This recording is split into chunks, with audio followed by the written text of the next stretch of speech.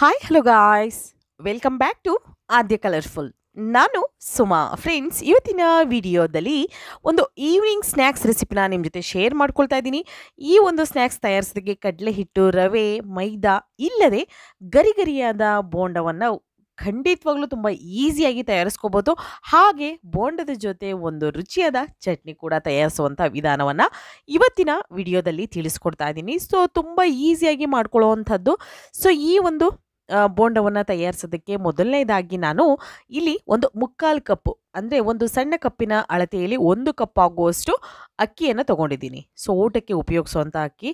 So ಆ ಅಕ್ಕಿಯನ್ನು ನಾನು ಸುಮಾರು ಇಲ್ಲಿ ಒಂದು 2 ರಿಂದ 3 ಗಂಟೆಗಳ ಕಾಲ ನೆನೆ ಹಾಕಿದ್ದೀನಿ. ನೀರಲ್ಲಿ ತೊಳೆದು ಚೆನ್ನಾಗಿ ಇದನ್ನು ಒಂದು 2 ಸಲ ವಾಶ್ ಮಾಡಿಬಿಟ್ಟು ಅದಾದ ನಂತರ ಇದನ್ನು ಒಂದು 2 ಗಂಟೆಗಳ ಕಾಲ, ಟೈಮ್ ಇದ್ದರೆ ಒಂದು 3 ಗಂಟೆವರೆಗೂ ನೀವು ಬಿಡ್ಬೋದು. ಸೊ ಇದನ್ನು ನೆನೆ ಹಾಕಿದ್ದೀನಿ. ಸೊ ಚೆನ್ನಾಗಿ ನೆಂದಿದೆ ಅಕ್ಕಿ ಎಲ್ಲ. ಸೊ ಫ್ರೆಂಡ್ಸ್, ನೀವ್ಯಾರಾದ್ರೂ ಫಸ್ಟ್ ಟೈಮ್ ನನ್ನ ಚಾನಲ್ಗೆ ವಿಸಿಟ್ ಮಾಡಿದರೆ ಪ್ಲೀಸ್ ನನ್ನ ಚಾನಲ್ನ ಸಬ್ಸ್ಕ್ರೈಬ್ ಮಾಡ್ಕೊಳ್ಳಿ, ಹಾಗೆ ಲೈಕ್ ಮಾಡಿ ಮತ್ತು ಹೆಚ್ಚೆಚ್ಚು ಶೇರ್ ಮಾಡಿ. ಫ್ರೆಂಡ್ಸ್, ನೋಡ್ತಾ ಇದ್ದೀರಲ್ಲ, ಈ ರೀತಿಯಾಗಿ ನಾನು ರೆಡಿ ಮಾಡ್ಕೊಂಡಿರೋ ಅಕ್ಕಿಯನ್ನು ನೀರನ್ನೆಲ್ಲ ಅದನ್ನು ಬಸ್ತು ಅದಾದ ನಂತರ ಅಕ್ಕಿಯನ್ನು ತೊಗೊಳ್ತೀನಿ. ಸೊ ಈ ಒಂದು ಮಿಕ್ಸಿ ಜಾರ್ ತೊಗೊಳ್ತಾ ಇದ್ದೀನಿ. ಈ ಜಾರಿಗೆ ಈ ನೆನೆಸಿರೋಂತಹ ಅಕ್ಕಿಯನ್ನು ಹಾಕ್ಕೊಳ್ಳೋಣ. ನೋಡ್ತಾ ಇದ್ದೀರಲ್ಲ, ಊಟಕ್ಕೆ ಉಪಯೋಗಿಸುವಂಥ ಅಕ್ಕಿಯನ್ನೇ ಹಾಕ್ಕೊಂಡಿದ್ದೀನಿ. ಸೊ ನೋಡಿ,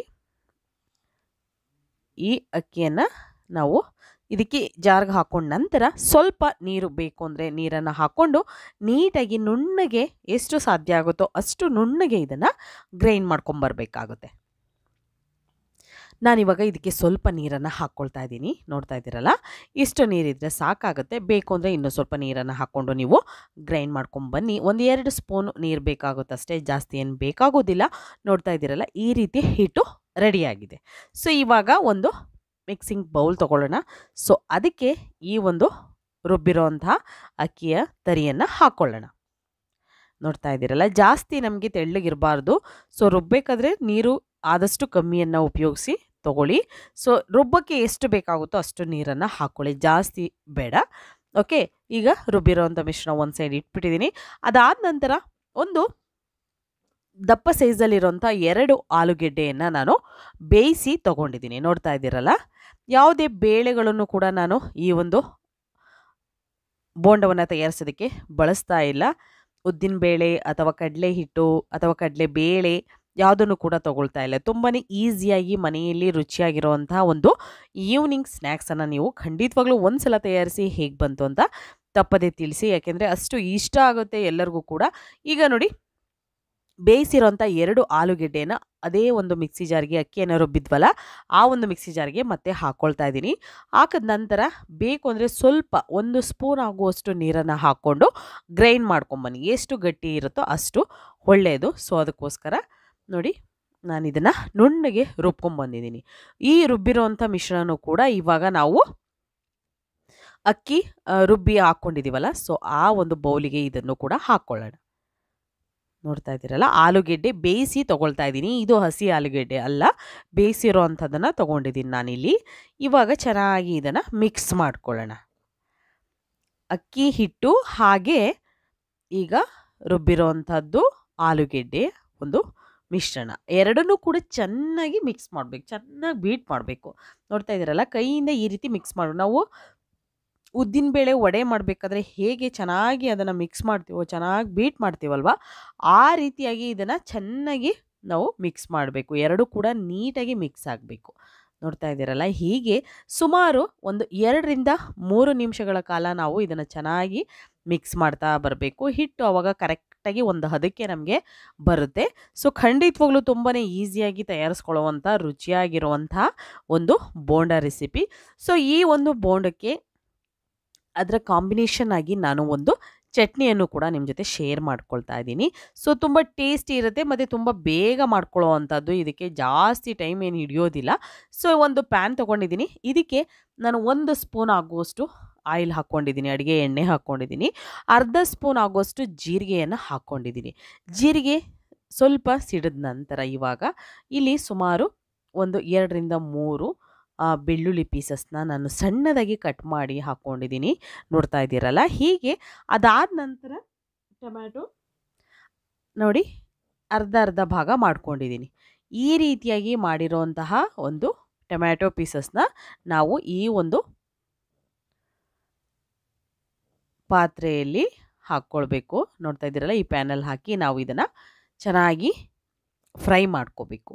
ಸೊ ನೋಡ್ತಾ ಇದ್ದೀರಲ್ಲ, ಹೀಗೆ ಸುತ್ತಲೂ ಕೂಡ ಜೋಡಿಸಿದ್ದೀನಿ. ಅದಾದ ನಂತರ ಇದನ್ನು ಒಂದು ಲಿಡ್ಡನ್ನು ಮುಚ್ಚಿ 1 ಸೆಕೆಂಡ್ವರೆಗೂ, ಜಾಸ್ತಿ ಟೈಮ್ ತೊಗೊಳ್ಳೋದಿಲ್ಲ, ಜಸ್ಟ್ 1 ಸೆಕೆಂಡ್ ಆದ ನಂತರ ಮತ್ತೆ ಈಗ ಹಾಕಿರುವಂತಹ ಟೊಮ್ಯಾಟೊ ಪೀಸಸ್ನ ಟರ್ನ್ ಮಾಡ್ಕೊಳ್ಳೋಣ. ಒಂದು ಸೈಡು ಆಗಿದೆ, ಇನ್ನೊಂದು ಸೈಡ್ ಟರ್ನ್ ಮಾಡೋಣ. ಸ್ಟವ್ನ ಆದಷ್ಟು ಲೋ ಫ್ಲೇಮಲ್ಲೇ ಇಟ್ಕೊಳ್ಳಿ.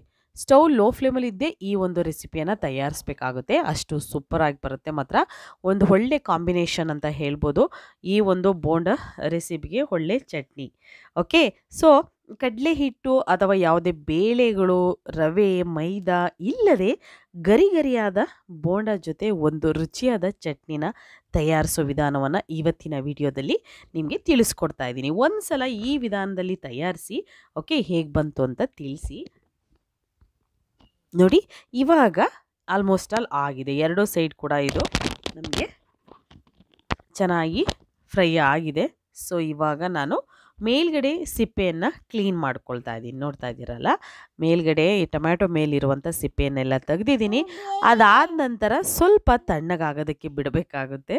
ತಣ್ಣಗಾದ ನಂತರ ಈ ರೀತಿ ಮ್ಯಾಶರ್ ತೊಗೊಂಡು ಮ್ಯಾಶ್ ಮಾಡ್ಕೊಳ್ಳೋಣ. ನೋಡಿ, ಈ ರೀತಿಯಾಗಿ ನೀಟಾಗಿ ಮ್ಯಾಶ್ ಮಾಡ್ಕೊಳ್ಳಿ. ತುಂಬಾ ಈಸಿಯಾಗಿ ಮಾಡ್ಕೋಬೋದು, ಜಾಸ್ತಿ ಟೈಮ್ ತೊಗೊಳ್ಳೋದಿಲ್ಲ. ಬೋಂಡ ಮಾಡೋದಕ್ಕೂ ಜಾಸ್ತಿ ಟೈಮ್ ಇರೋದಿಲ್ಲ, ಜಾಸ್ತಿ ಬೇಕು ಆಗೋದಿಲ್ಲ ನಮಗೆ. ತುಂಬಾ ಈಸಿಯಾಗಿ ಅಕ್ಕಿಯನ್ನು ನೆನೆಸಿ ಇಟ್ಟಿದ್ರೆ ಬೇಕು ಅಂದಾಗ ರುಚಿಯಾಗಿರುವಂಥ ಒಂದು ಗರಿಗರಿಯಾಗಿರುವಂಥ ಬೋಂಡವನ್ನು ತಯಾರಿಸ್ಕೋಬೋದು.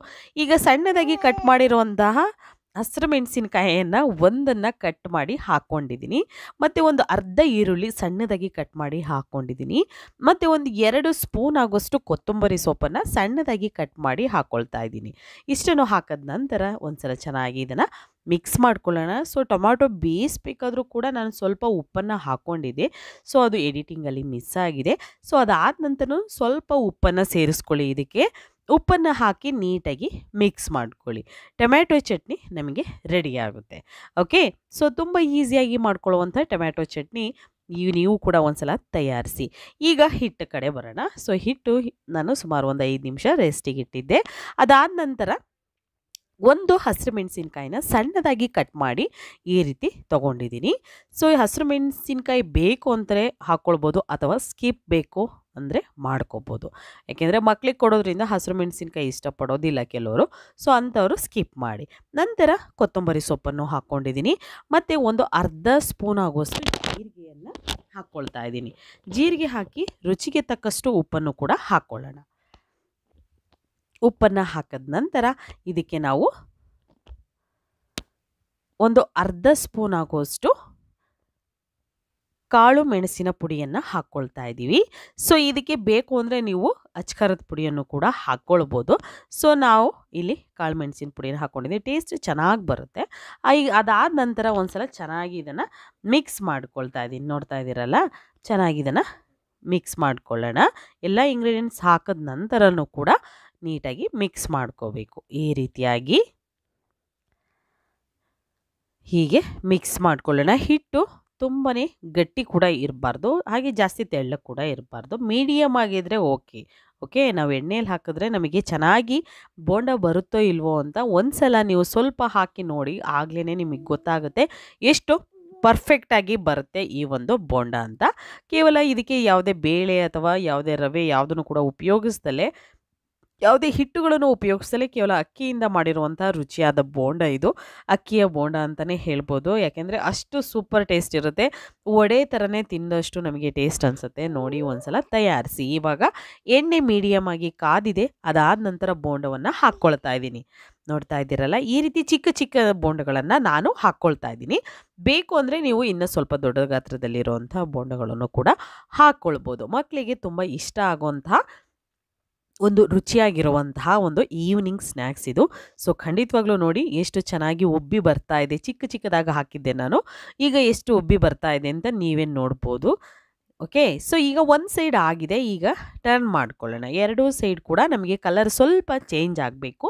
ಅಲ್ಲಿವರೆಗೂ ನಾವು ಇದನ್ನು ಚೆನ್ನಾಗಿ ಫ್ರೈ ಮಾಡ್ಕೋಬೇಕು. ನೋಡಿ ಕಲರ್ ಸ್ವಲ್ಪ ಟ್ರಾನ್ಸ್ಪರೆಂಟ್ ಆಗಿ ಕಲರ್ ಬರುತ್ತೆ ನಮಗೆ. ಆಗ ನಮಗೆ ಪರ್ಫೆಕ್ಟಾಗಿ ಆಗಿದೆ ಅಂತ ಗೊತ್ತಾಗುತ್ತೆ. ನೋಡ್ತಾ ಇದ್ದೀರಲ್ಲ ಅಕ್ಕಿ ಬೋಂಡ ಎಷ್ಟು ಚೆನ್ನಾಗಿ ಎಷ್ಟು ಬೇಗ ನಾವು ಈಸಿಯಾಗಿ ಮನೆಯಲ್ಲಿ ಮಾಡ್ಕೊಳ್ಬಹುದು ಅಂತ. ಈಗ ನೋಡಿ ಕಲರ್ ಎಲ್ಲ ಚೇಂಜ್ ಆಗಿದೆ. ನಿಧಾನವಾಗಿ ಒಂದು ಟಿಶ್ಯೂ ಮೇಲೆ ತೆಗೆದಿಟ್ಕೊಳ್ಳೋಣ. ಎಷ್ಟು ಉಬ್ಬಿ ಬಂದಿದೆ ಅಂತ ನೀವೇ ಗಮನಿಸ್ಬೋದು. ನೋಡಿದ್ರೇ ತಿಳಿತಾ ಇದೆ ಎಷ್ಟು ನೀಟಾಗಿ ಬಂದಿದೆ ಅಂತ. ಕಡಲೆ ಹಿಟ್ಟು ಮತ್ತು ಬೇಳೆ ರವೆ ಮೈದಾ ಇಲ್ಲದೆ ಗರಿಗರಿಯಾದ ಬೋಂಡ ಒಂದು ರುಚಿಯಾದ ಚಟ್ನಿ ಜೊತೆ ಖಂಡಿತವಾಗ್ಲೂ ಒಂದು ಸಲ ತಯಾರಿಸಿ ಹೇಗೆ ಬಂತು ಅಂತ ತಿಳಿಸಿ. ಇವಾಗ ಚಟ್ನಿ ರೆಡಿಯಾಗಿರೋದನ್ನು ಒಂದು ಬೌಲಿಗೆ ನಾನು ಹಾಕ್ಕೊಳ್ತಾ ಇದ್ದೀನಿ. ಸೊ ಅದನ್ನು ಸರ್ವ್ ಮಾಡ್ಕೊಳ್ಳೋಣ. ತುಂಬಾ ಈಸಿಯಾಗಿ ಮಾಡುವಂಥ ರುಚಿಯಾಗಿರುವಂತಹ ಒಂದು ಈವ್ನಿಂಗ್ ಸ್ನ್ಯಾಕ್ಸ್ ರೆಸಿಪಿ. ಸೊ ಖಂಡಿತವಾಗ್ಲೂ ಅಕ್ಕಿಯ ಬೋಂಡವನ್ನು ಒಂದು ಸಲ ತಯಾರಿಸಿ ಫ್ರೆಂಡ್ಸ್. ಓಕೆ. ಸೊ ಇವತ್ತಿನ ವಿಡಿಯೋ ಸ್ವಲ್ಪನಾದರೂ ಇಷ್ಟ ಆಗಿದೆ ಚಾನಲ್ನ ಸಬ್ಸ್ಕ್ರೈಬ್ ಮಾಡ್ಕೊಳ್ಳಿ, ಹಾಗೆ ಲೈಕ್ ಮಾಡಿ ಮತ್ತು ಹೆಚ್ಚೆಚ್ಚು ಶೇರ್ ಮಾಡಿ. ನನ್ನ ಎಲ್ಲ ಚಾನಲ್ಗಳ ಲಿಂಕು ಈ ವಿಡಿಯೋದ ಡಿಸ್ಕ್ರಿಪ್ಷನಲ್ಲಿ ಸಿಗುತ್ತೆ. ಅಲ್ಲಿ ನೀವು ನನ್ನ ಎಲ್ಲ ಚಾನಲ್ಗಳನ್ನು ಚೆಕ್ ಮಾಡಿ ಇಷ್ಟ ಆದರೆ ಸಬ್ಸ್ಕ್ರೈಬ್ ಮಾಡ್ಕೊಳ್ಳಿ, ಹಾಗೆ ವಿಡಿಯೋಗಳನ್ನು ಕಂಟಿನ್ಯೂ ಮಾಡಿ ಫ್ರೆಂಡ್ಸ್. ಓಕೆ. ಸೊ ಇವತ್ತಿನ ವಿಡಿಯೋನ ನಾನು ಇಲ್ಲಿಗೆ ಮುಗಿಸ್ತಾ ಇದ್ದೀನಿ. ಮತ್ತೆ ಇನ್ನೊಂದು ಹೊಸ ವಿಡಿಯೋ ಜೊತೆ ಬರ್ತೀನಿ ಫ್ರೆಂಡ್ಸ್. ಅಲ್ಲಿವರೆಗೂ ಈ ಒಂದು ಅಕ್ಕಿಯ ಬೋಂಡವನ್ನು ಒಂದು ಸಲ ತಯಾರಿಸಿ ಅಷ್ಟೊತ್ತಿಗೆ ಕಾಮೆಂಟ್ ಸೆಕ್ಷನಲ್ಲಿ ತಿಳಿಸಿ. ಓಕೆ. ಸೊ ಇವತ್ತಿನ ವಿಡಿಯೋನ ಇಲ್ಲಿಗೆ ಮುಗಿಸೋಣ. ಬಾಯ್, ಸಿ ಯು, ಟೇಕ್ ಕೇರ್.